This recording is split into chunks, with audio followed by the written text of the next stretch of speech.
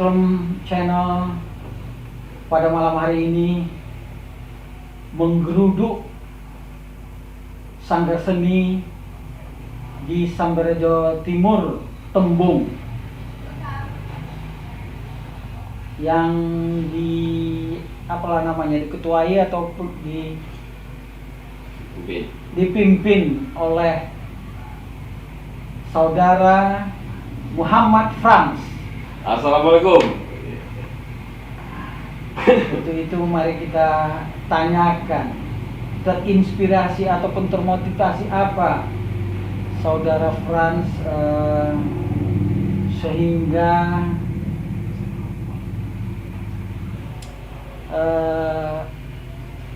kenapa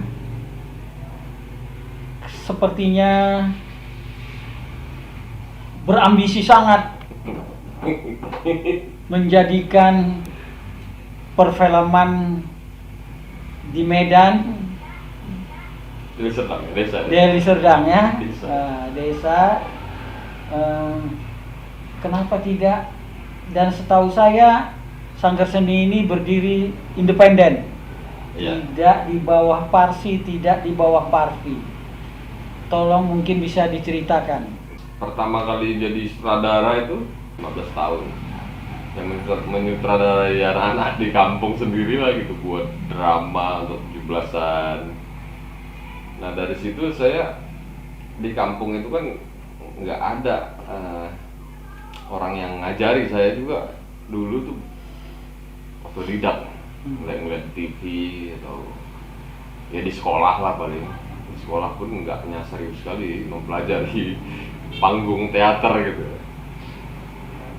Nah setelah selesai menggarap satu judul waktu itu, saya kan sering ke Taman Budaya tuh ngantar ngawani kakak saya les gitar klasik. Di situ ngelihat ada orang kayak orang gila nih gitu, rupanya orang belajar teater gitu ya. Oh di sini nih tempatnya gitu. Tapi akhirnya pun nggak belajar di situ juga awalnya. Malah saya belajarnya waktu itu ketemu kawan-kawan di USU berapa tahun kemudian. Jadi berarti ini otodidak? Awalnya otodidak baru saya ketemu sama seorang sanggar, salah satu sanggar. Ya sanggarnya memang agak nyeleneh. Itu namanya dulu Jeruji Brotherhood. Itu singkatan dari Jejak Rumaksa Utama Ning Jiwa. Itu sanggar yang dianggap orang saat itu nyeleneh lah. Tapi saya di situ tujuannya mau belajar dan mereka sangat welcome saat itu kan, karena juga mereka orang akademisi, yang mahasiswa di USU, Fakultas Sastra saat itu. Ada dari sastra Inggris, sastra Indonesia. Nah di samping itu kegiatannya ada kegiatan itu teater gitu. Ada juga kegiatan sastra segala macam. Nah di situ saya kenal berbagai basic ilmu yang akhirnya diterapkan juga di teater gitu, kayak meditasi. Di situ ada gitu. Nah saat itu kita ada beberapa kali mentas di Taman Budaya, juga sempat dapat kesempatan jadi openingnya festival teater mahasiswa se-Indonesia di USU waktu itu. Kita sebagai pembuka. Nah di situ saya semakin sur sama teater gitu, ya. Akhirnya ketemu sama senioran di Fakultas Sastra, jurusan Sastra Indonesia, itu Bang Tomson Tasoid. Nah saya berguru sama beliau akhirnya. Itu ada beberapa tahun ya, dari 2000, 2001, 2002, 2003, ada 4 tahunan gitu.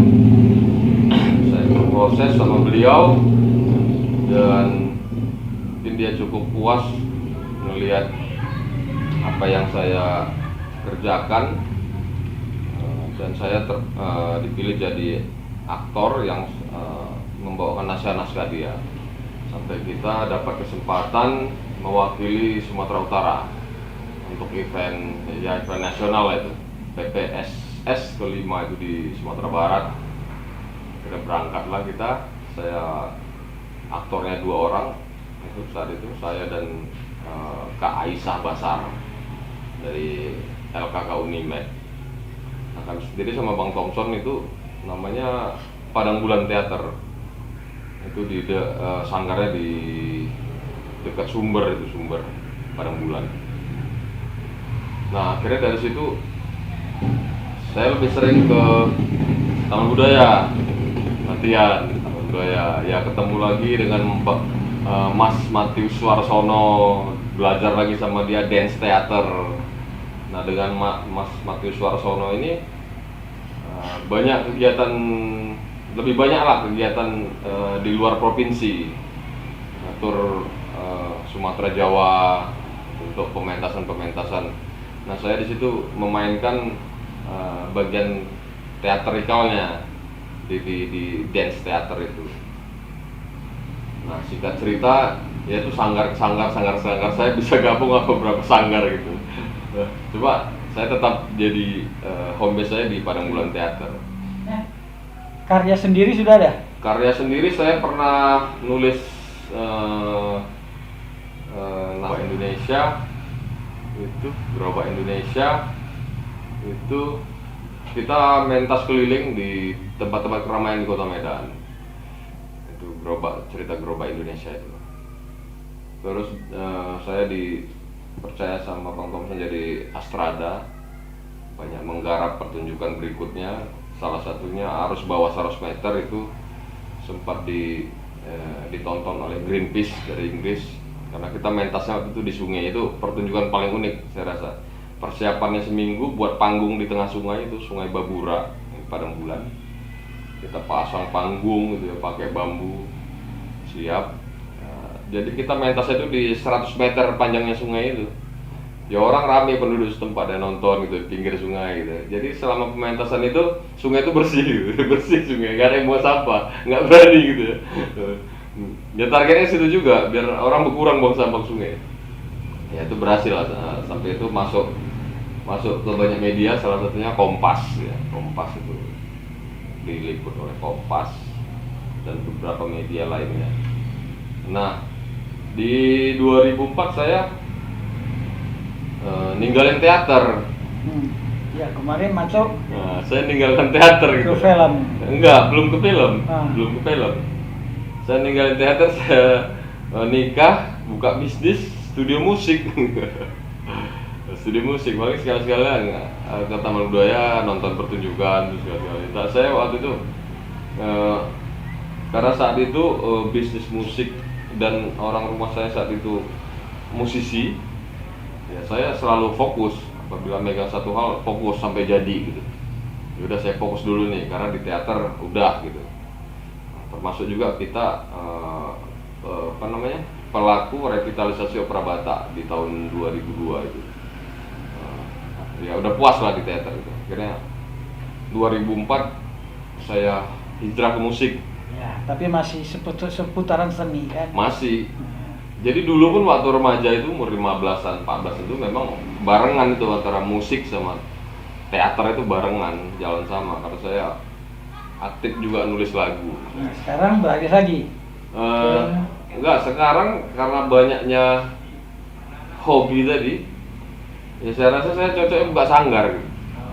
Nah gitu, saya cocoknya buka sanggar. Makanya di sini akhirnya tercampak kemari dari Medan tercampak ke Tembung. Karena waktu itu tugas di kantor DPRD, jadi stafnya ketua DPR. Akhirnya saya masuk kemari 2015 sampai hari ini dan menetap di sini, dan saya ingin mengabdi di sini gitu. Coba saya perkenalkan seni-seni yang dulu pernah saya jalani, kayak teater. Juga saya bisa membina anak-anak musik, sampai mengelola beberapa band vokalis yang akhirnya mereka hari ini ada memang yang hidup dari musik, macam-macam lah. Nah, intinya biar anak muda ada kegiatan. Makanya di Sanggar Seni Sambil Jawa Timur ini ada macam-macam. Nah, di dalam perjalanan kembali lagi ke belakang, saya ke film itu 2010 ingin ke film. Saya waktu itu teringat ya, dulu banyak mentasin naskah-naskah gitu, kenapa nggak diangkat ke film? Karena saat itu di 2010-an itu udah ada kamera-kamera digital yang bisa ngerekam video gitu. Tapi ya kejadian pertama kali beli kamera itu kena tipu gitu ya. Ternyata kameranya nggak bisa ngerekam video gitu. Wah, itu sempat down juga ya, udah beli kamera mahal-mahal. Ya di 2009 2010 itu ya masih pakai apa saat itu ya? BlackBerry atau apa itu, kamera-kamera handphone itu paling diuploadin ya nggak ada arah gitu. 2014 mulai ada arah sampai sekarang. Total saya terjun ke film-film pendek, ada beberapa ngerjain klien punya juga untuk film. Sudah ada itu Sudah ada. Tahun semalam kita pernah kerjasama sama salah satu aktivis lingkungan hidup untuk buat film dokumenter Sumatera Aceh, itu judulnya Rangers Woman. Cuman filmnya belum rilis. Itu orang Belanda, warga negara Belanda. Telepon ya, ada sehari 2 hari akhirnya deal, dia datang ke Medan, kita pun berangkat syuting. Dan alhamdulillahnya mereka puas dengan tim kerja saya. Saya bawa kru juga satu, soundman itu Rahmat Erbawansa yang merangkap ini. yang merangkap hari ini, merangkap lighting. Dia juga kameramen. Hai guys. Jadi ya artinya dia puas gitu lihat kerja kita nggak ngeluh. Nah di akhir syuting itu di Banda Aceh kita dikasih penghargaan, berupa merchandise, terus dikasih uang lagi tambahan gitu ya. Saya puas dengan kerja kalian nggak ngeluh gitu. Ya itu yang saya tanamkan sama orang yang saya didik sini, jangan ngeluh. Jadi sejauh mana lah kepedulian ya katakan yang sekarang milenial terhadap, atau milenial apa yang sekarang yang lagi generasi Z yang akan datang, sejauh mana kepedulian mereka terhadap seni, sanggar seni ya, baik film, baik musisi, baik juga teater. Coba mungkin bisa dijelaskan. Kalau generasi Z seperti yang dikatakan para profesor di media ya, bertolak belakang sebenarnya. Saya lihat bertolak belakang. Yang katanya generasi Z ini hebat apa segala macam. Saya menemukan malah sebaliknya gitu. Makin lebih parah dari milenial gitu. Ya. Mereka ini kayak terkejut mental gitu ya. Terus bingung nggak tahu arah gitu. Mungkin karena salah menggunakan internet bisa jadi. Pengaruh sosmed ini. Sosmed, mungkin juga keluarga. Karena yang saya dapati di sini juga anak-anak generasi Z itu justru pada jadi oportunis. Masih umur belasan tahun, yang dipikirkan adalah uang. Iya. Nah ini beda, nggak seperti saya dulu. Walaupun saya memang dari kecil sebenarnya udah kerja gitu, nggak bisa diem gitu. Nah hari ini mereka menanyakan itu, tapi mereka nggak punya skill. Dan ya, itu kalimat pertama itu yang ditanya, honornya berapa gitu. Honornya berapa gitu. Aduh, kayaknya seperti mereka sudah punya skill ya. Kayaknya mereka udah punya skill, padahal waktu kita tes itu nggak tahu apa-apa gitu. Jadi kan saya bingung gitu. Makanya sekarang saya bertanya, kamu mau digaji berapa gitu. Gitu. Saya tanya sama mereka. Misalnya dia ngomong sekian, apa yang bisa kamu lakukan? Nggak ada gitu. Ya Jadi ya saya nasihati gitu, kamu harus punya skill dulu, Ya. baru bisa kita bahas honor gitu. Nah, itu saya rasa sih pemerintah ini atau orang tua atau lingkungan harus serius nanggapin ini. Ini satu malapetaka besar sebenarnya. Malapetaka besar. Bisa kalau lingkungan orang tua dan pemerintah sepele dengan hal ini, generasi kita hancur. Apalagi rencana bangsa kita mau jadi bangsa superpower keempat di dunia gitu. Tapi sama si generasi Z ini nggak matching gitu ya. Ya babak belur gitu ya. Hilang dia satu generasi bisa hilang. Membangun, katakanlah mendirikan sanggar seni ini dengan biaya yang benar-benar tertatih-tatih kalau saya bilang, ya kan? Tertatih-tatih. Apalah suka dukanya. Bagaimanalah ya membangun, katakanlah mendirikan sanggar seni ini dengan biaya yang benar-benar tertatih-tatih kalau saya bilang, ya kan? Tertatih-tatih. Apalah suka dukanya. Ya kayak ini masih dana pribadi, belum ada bantuan pemerintah apapun ya. Secara usia sanggar ya masih baru lah ini. Kalau secara profesional kerja saya di dunia seni ya, saya udah melakukannya puluhan tahun, mungkin 25 tahun ke 30 tahun saya udah melakukannya. Cibiran ya, cacian, Ya, betul. nah itu ada gitu ya, karena saya udah tahan banting, udah biasa ya, masa bodoh gitu. Mungkin mereka belum kenal saya, atau mungkin mereka belum tahu sanggar ini bisa jadi apa gitu. Gitu Padahal sih. kalau kita profesional di bidang ini, Iya. seperti apa kata manjada wajada. Wajada. Siapa Iya yang kan? Bersungguh-sungguh. dia yang mendapat. Ya saya berpegang sama itu.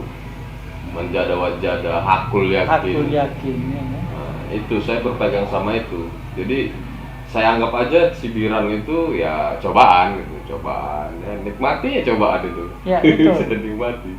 Ya contoh. Insya Allah kesabaran itu badai pasti berlalu. ya, badai pasti berlalu dan pasti ada insya Allah hasilnya.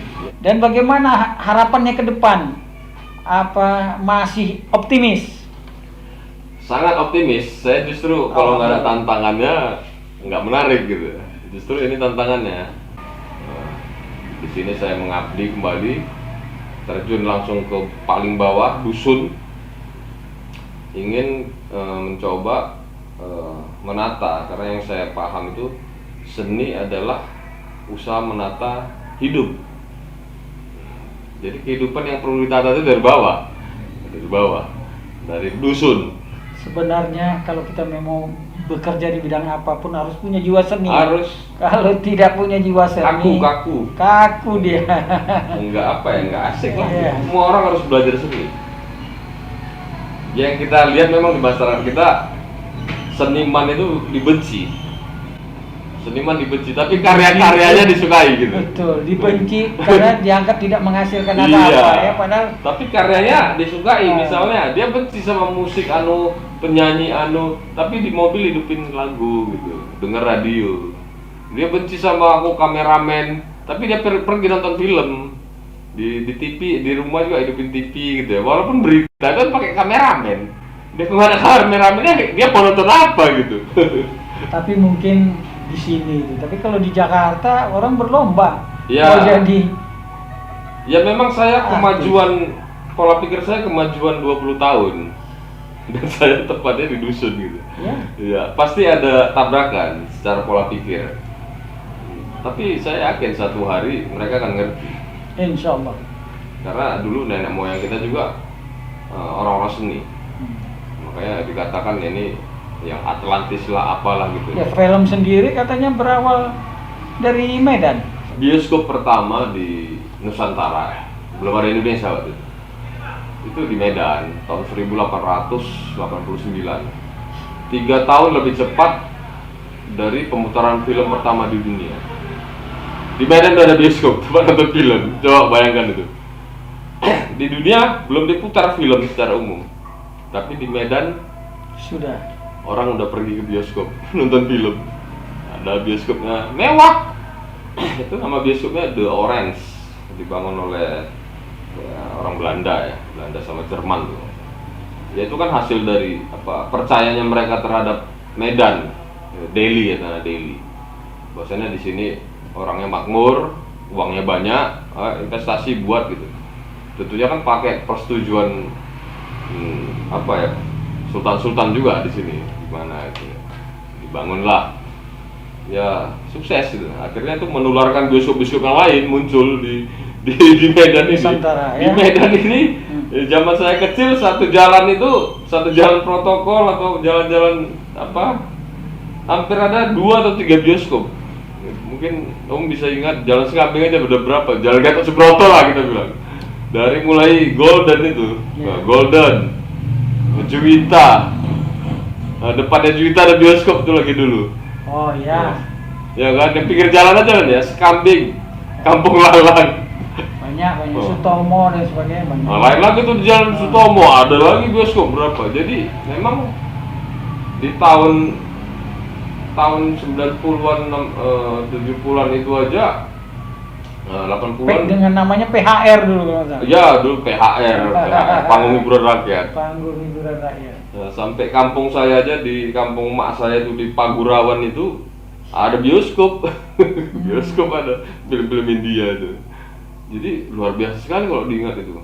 Satu jalan bisa 2 sampai 3 bioskop, bahkan lebih, 4. Dan PH terbanyak saat itu, Medan.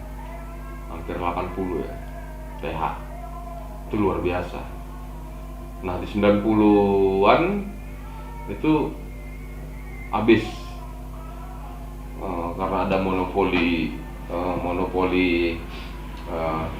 Amerika mungkin waktu itu ya, berbarengan dengan masuknya film Robin Hood, muncullah besok mungkin nggak tahu sama elit kita di sana teken apa gitu, hingga filmmaker di sini, PH-PH di sini merajuk gitu, gulung tikar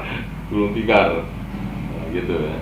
Habis lama-lama bangkrut satu mungkin banyak juga yang pindah ke Jakarta segala macam. Nah di atas dasar itu saya beberapa di bulan puasa yang lalu ngomong sama wali kota Medan,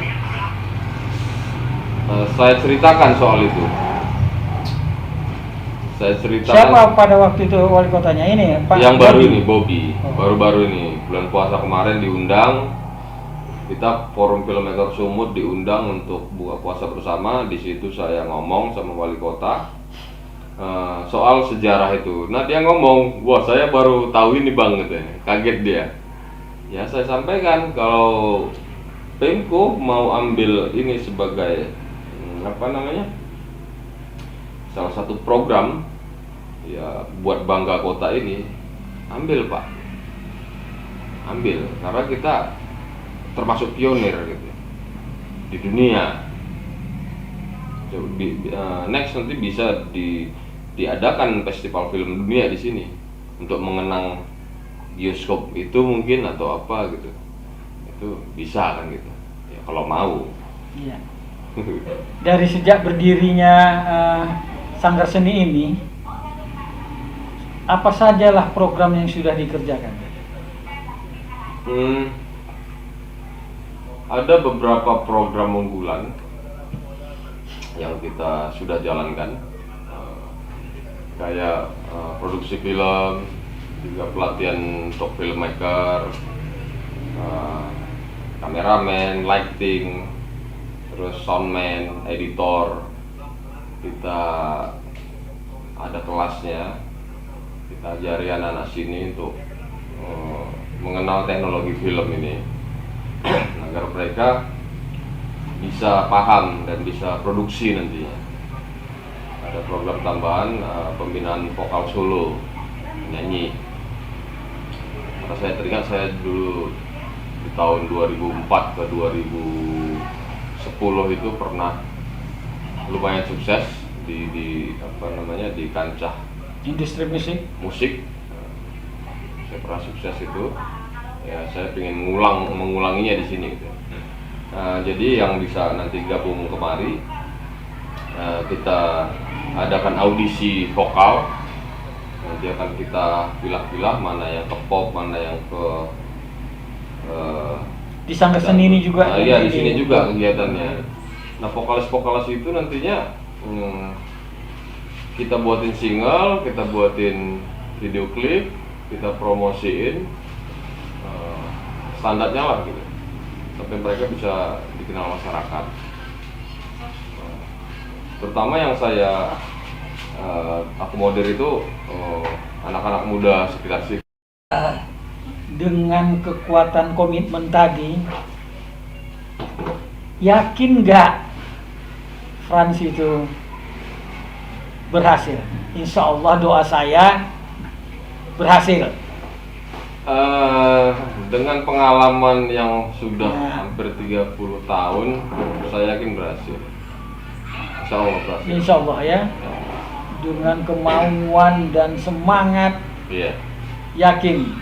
Nah, Pak, seperti untuk film sendiri, saya 2005 itu pernah buat kegiatan mutar film tour layar tancap di Deli Serdang, Medan, Binjai, Langkat.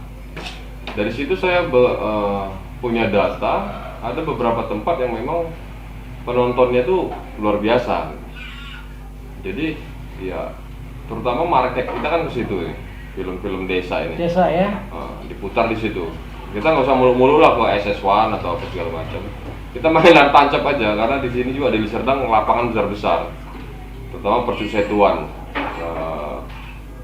Ada 450.000 jiwa yang orang dewasa. Di Percusetuan Percut Sengetuan doang, nah aja. Lain lagi yang lain kan gitu. Masih di kecamatan ini aja 450.000 jiwa orang dewasa itu, lain lagi anak-anaknya, remaja. Saya optimis kita bisa punya penonton per bulan itu, kita bilang lah 500.000, bisa mulai sampai 1 juta. Itu udah angka yang fantastis. Artinya kita buat film ini nyampe ke masyarakat. Iya.